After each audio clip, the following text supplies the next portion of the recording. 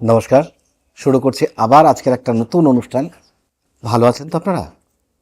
সবসময় মাকে ডাকি, কামাখ্যা বরদা দেবী নীল পর্বতা বাসিনী তাঙ্গি দেবী জগন্মাতা যোনি মুদ্রে নমস্তুতে।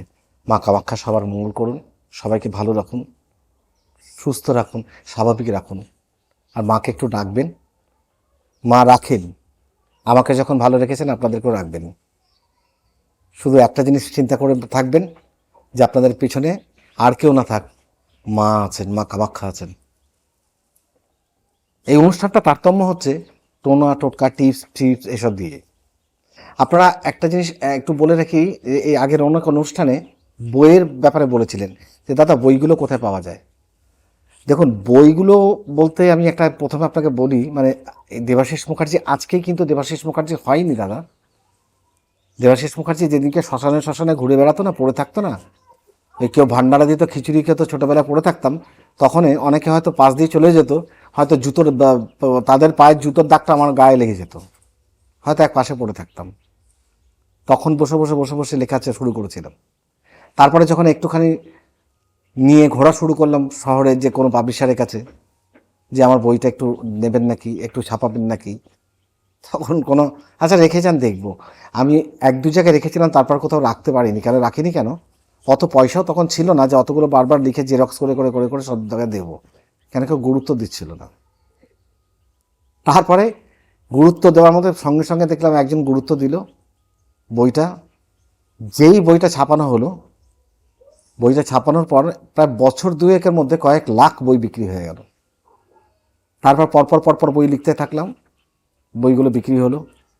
কিন্তু এখন আর বই আমি লেখা বন্ধ করে দিয়েছি। তার কারণ হচ্ছে সময় পাই না, আমি অনুষ্ঠান করারও পাই না, বইয়েরও পাই না। কেন কি, বইয়ের মধ্যে মধ্যে মানে মানুষ, দেখুন একটা কথা বলি, কেন আমি বইটা লিখি না, আমার কাছে পরিষ্কার কথা, আমি কিন্তু কোনো ঘুরিয়ে পেঁচিয়ে কথা বলা পছন্দ করি না।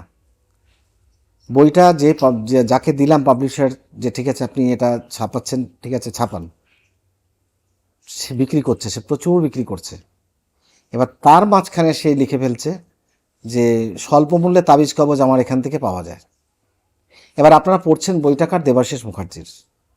এবার স্বল্প মূল্যে গ্রহের তাবিজ কবজ ওখানে পাওয়া যায়, ওই ওই যেখানে বইটা, তার মধ্যে কেউ একজন অ্যাড দিয়ে দিল। এবার আপনি সেই ফোন নাম্বার থেকে ফোন করে আপনার কাছে কবজটা পৌঁছে গেল। 2 মাস বাদে আপনি ফোন করছেন কোথায়, দেবাশিস মুখার্জির চেম্বারে। দাদা কবজটা কাজ হলো না তো। ব্যাপারটা কিন্তু গুরুত্ব দিয়ে বুঝবেন। কে বইটার মধ্যে অ্যাড দিল, কার থেকে আপনি নিলেন, আর কার কাছে ফোনটা করছেন। আমি মরাও পড়াইনি, তাহলে আমি শ্রাদ্ধ খাবো কেন? আমাকে উত্তর দেবেন আপনারা, বলুন না ঠিক বলছি কিনা। আমি তো মরা পোড়াতে যাইনি, তাহলে আমি শ্রাদ্ধটা খাবো কেন?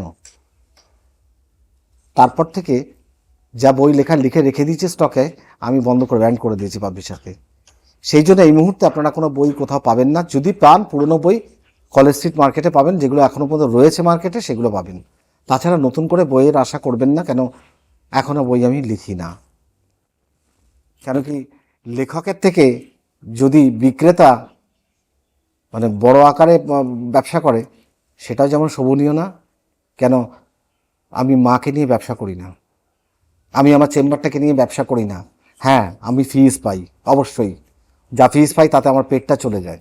পুজোটাকে নিয়ে ব্যবসা করি না। ক্যারেক্টার আছে, যারা ব্রাহ্মণ বংশের ছেলে, আজ যদি যতদিন বেঁচে আছি, ঠাকুর যা দিয়েছেন আমাকে, আমার আর প্রয়োজন নেই।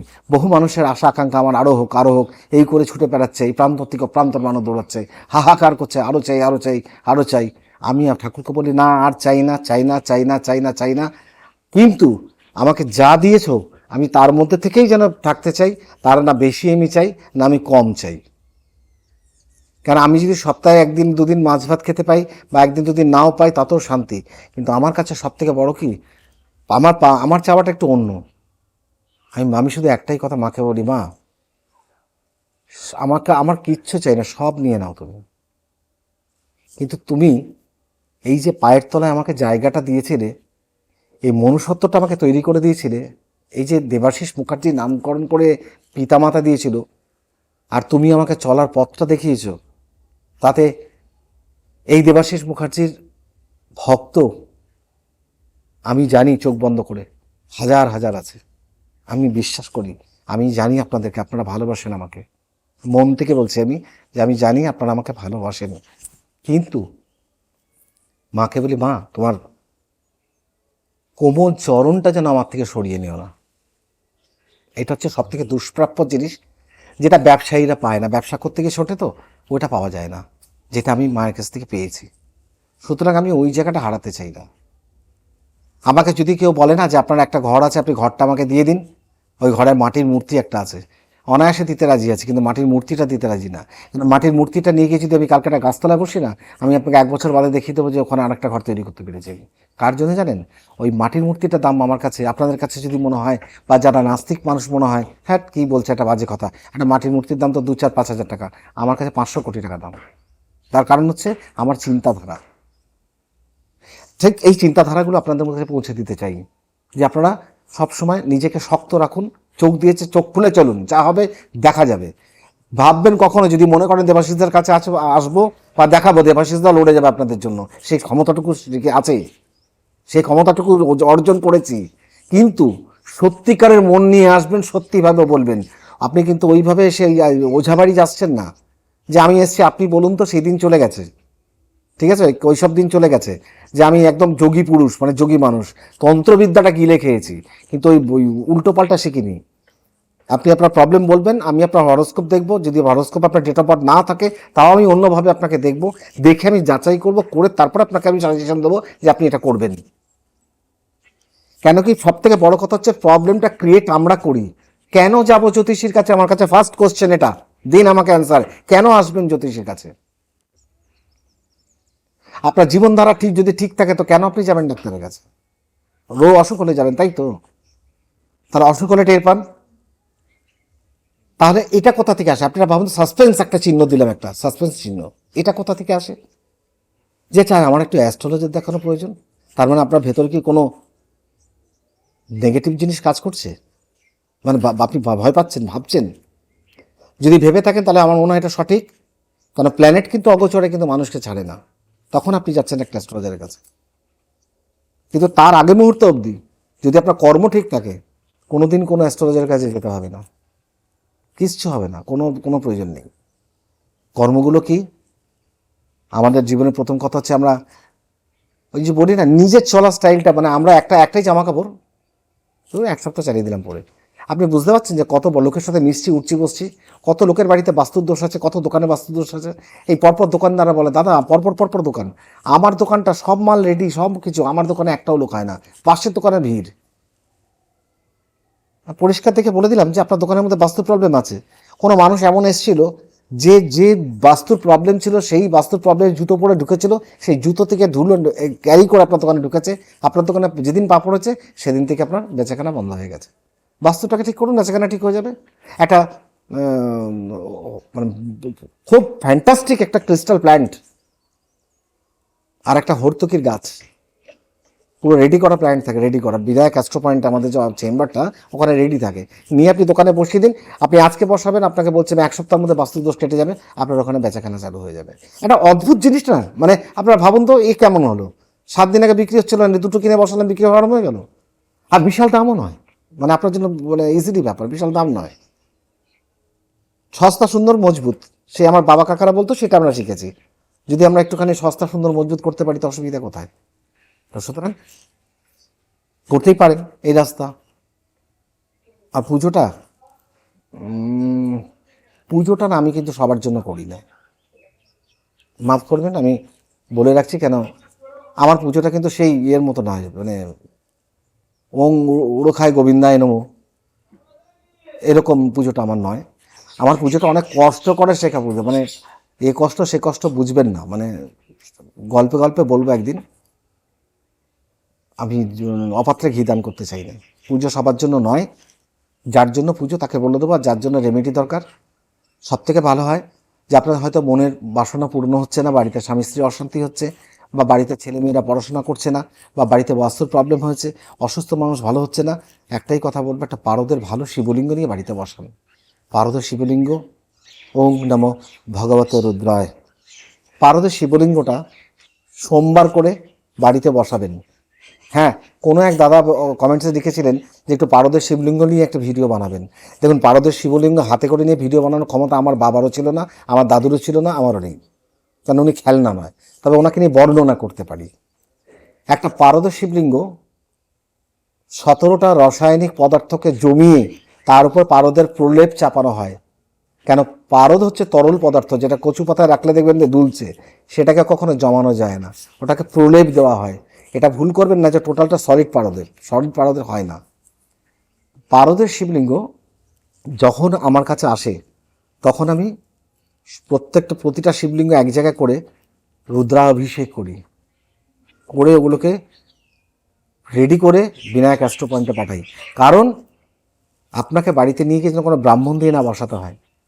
এই পারদের শিবলিঙ্গ আপনি বাড়িতে যখন বসাবেন, আপনি সোমবার করে বসাবেন, 5টা গোটা ফল দেবেন।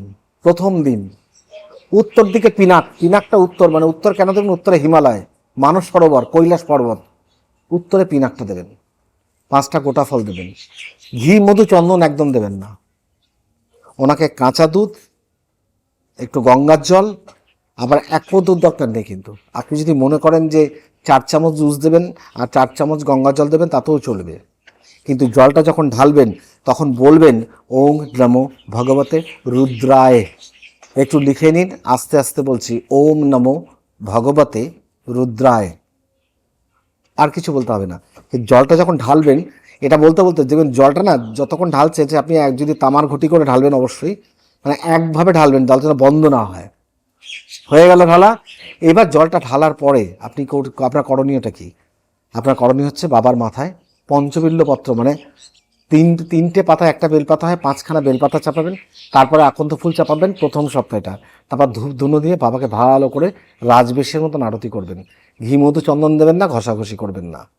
এবার স্নানটা হলো, সমস্ত কিছু আপনার দেওয়া হলো, বেলপাতা টেলপাতা দেওয়ার পর ওখানে আপনারা বাবাকে মানে একা ছেড়ে দিন বাবাকে অন্তত 1 ঘন্টার জন্য। আপনার ঘর দরজা জানা খুলে রাখুন, আপনার বাড়িতে পর্যবেক্ষণ করতে দিন বাবাকে। 1 ঘন্টা পর এসে ওইখান থেকে ফুল বেলপাতাটা নামাবেন।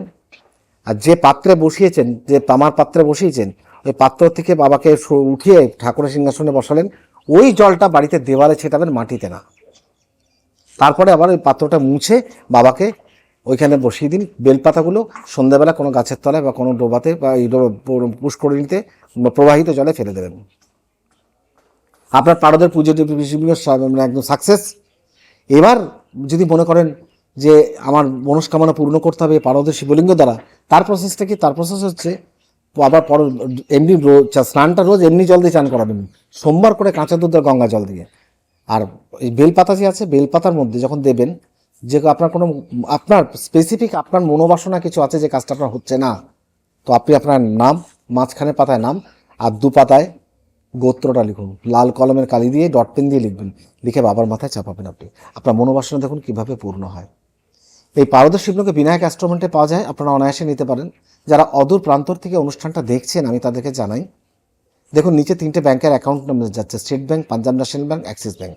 আপনারা এই যে নাম্বারটা 8334926072, এতে আপনারা কল করতে পারেন। এখানে আপনাকে সব কিছু জানিয়ে দেবে। এখানে আপনারা যেভাবে ইচ্ছা আপনারা অ্যাকাউন্টে টাকা দিতে পারেন, বা আপনারা গুগল পে, ফোনপে, যেভাবে আপনাদের মানে অসুবিধা না হয়, যেভাবে সুবিধা সেটা করতে পারেন। আমাদের এখানে যারা ফোন লাইনে যারা অ্যাক্টিভ আছে, যারা আমার ফোন রিসিভ করে, আপনাকে জানিয়ে দেবে যে কোন পারদের শিবলিঙ্গ কত দাম আর কিভাবে আপনি পেতে পারেন। ধরুন আপনার বাড়ি আসামে, আপনি কলকাতা থেকে পারদের শিবলিঙ্গ চাইছেন, তো আপনাকে হোয়াটসঅ্যাপে লিখতে হবে আমার বাড়ি আসামে, আমি পারদের শিবলিঙ্গ চাই। ফোন করে জেনে নেবেন কত দাম। এবার সে দামটা আপনাকে বলে দিল, আপনি টাকাটা পাঠালেন। এবার আপনাকে পাঠাতে হবে কি, গ্রাম হিসাবে বিক্রি হয় পারদের শিবলিঙ্গ, মানে 150 গ্রাম থেকে মনে হয় শুরু, 150 গ্রাম থেকে শুরু হয়। তো এই পারদের শিবলিঙ্গটা নেওয়ার জন্য হোয়াটসঅ্যাপে আপনাকে নাম, ঠিকানা, জেলার নাম, পিনকোড নাম্বার, ফোন নাম্বার পুরো হোয়াটসঅ্যাপে লিখে দিতে হবে। যদি শহরের মধ্যে হয় তাহলে বাই কোরিয়ার পাবেন, আর যদি একটা ইন্টেরিয়ার ভিলেজে হয় তাহলে স্পিড পোস্টে পাবেন। হয়তো শহরের মধ্যে হলে 2 দিনে পেয়ে যাবেন, আর গ্রামে হলে তো 3-4 দিন লাগতে পারে, কিন্তু আপনার জিনিসটা আপনার ওখানে পৌঁছে যাবে। কেন, এই অনুষ্ঠানটা আপনারা অনেক টিভি চ্যানেলে আমাকে দেখেছেন, আজকে নতুন বলে নয়। তো এই এত বছরের প্রতিষ্ঠান, আমি আপনাদের বাড়িতে উদ্দেশ্যে কথা দিচ্ছি, দেবাশিস মুখার্জি পাঠিয়ে দেবে যখন, আর যখনই কিউআর কোড করবেন আপনি ভাববেন আপনার টাকাটা কিন্তু কেউ ওখান থেকে নষ্ট করে নেবে। কেন যখনই আপনি ফেলছেন কিন্তু আপনার কাছে একটা প্রমাণ থাকছে যে আমি টাকাটা পাঠিয়েছি। এটা আজকে যেটা বলতে বাধ্য হচ্ছি, কেন এখন টেলিভিশনে বসি না, এটা ইউটিউব চ্যানেল, তাই টেলিভিশনে কিন্তু যারা দেখতো তারা কিন্তু অনায়াসে পাঠিয়ে দিত, মানে এসব কথাবার্তা কোনো বলতে হতো না আমাকে। তো আপনার কাছে একটা ডকুমেন্ট তো থাকছেই, কেন আপনি এটা ডাকছেন আপনার কাছে। তা আপনি যখন পাঠাবেন, পাঠিয়ে স্ক্রিনশটটা পাঠিয়ে দেবেন আমাদের কাছে, আমাদের পারদের শিবলিঙ্গ ঠাকুর যা চাইবেন আপনার বাড়ির উদ্দেশ্যে রওনা হয়ে যাবে। এমনকি বড় বাড়ি, চারতলা বাড়ি, ভীষণ বাড়িতে অশান্তি, সাংঘাতিক জিনিস একটা হাইট পিরামিড, মানে যতগুলো কোণ আছে, নৈরিত কোণ থেকে, অগ্নিকোণ থেকে, বায়ু কোণ থেকে, সমস্ত কোণগুলোকে দিক নির্ণয় করে হাইট পিরামিড হেভি জিনিস আছে, যে জিনিসটা যদি বাড়িতে বসানো যায়, 5তলা বাড়িতেও বসালে কিন্তু বাড়িতে বাস্তুদোষ নিবারণ হয়ে থাকে। এই জিনিসগুলো নিতে হলে আপনাদের কন্ট্যাক্টে থাকতে হবে বিনায়ক অ্যাস্ট্রো পয়েন্টের। প্রচুর জিনিস আছে। ছোট গণেশ 1000 টাকা দাম মাত্র, জেডেক্স স্টোনের, জানেন তো শুভ জিনিস গণেশ ঠাকুর। আপনি যদি আপনার কাছে 1000 টাকাটা বড় ফ্যাক্টর না, বড় ফ্যাক্টর হচ্ছে আপনার মন থেকে পুজো দেওয়াটা। এবার ওই জেডেক্স গণেশটা নিয়ে পুজো দিতে হবে সেটার কোনো মানে নেই। আপনি একটা রেল লাইন থেকে পাথর তুলে নিয়ে গিয়ে তাকে শিব নাম দিয়ে শিবময় পুজো করতে পারেন। আপনার বলে না, পিড়িতে মজেছে মন কেমুচি কে ডোম, আপনার মন যদি বসে যায় একটা পাথরের উপর, সে আপনার ভগবান হতেই পারে। যেমন আদর্শ গুরু কখনো আপনার কপালে হট করে আসে না, কিন্তু আপনার যোগ না থাকলে আপনি সঠিক গুরু পাবেন না, সঠিক দীক্ষা আপনার হবে না, যোগ থাকা চাই। অনেকে আজকে ঘুরে বেড়াচ্ছেন, দীক্ষা হয়নি। আর সব থেকে বড় কথা হচ্ছে অনেকে কন্যাদান করে ফেলছেন, যে দীক্ষা হয়নি, মা বাবার দীক্ষা হয়নি, কন্যাদান করে ফেলছেন, কি সর্বনাশটা করছেন বুঝতে পারছেন? এগুলো বন্ধ করুন। আগামী অনুষ্ঠানে আসবো, আরও অনেক কিছু আপনাদের বোঝাবো। আজকের মতো আসি, আবার দেখা হবে এই অনুষ্ঠানে সঠিক দিশাতে। সুতরাং ভালো থাকবেন, একে অপরকে ভালো রাখার চেষ্টা করবেন। নমস্কার।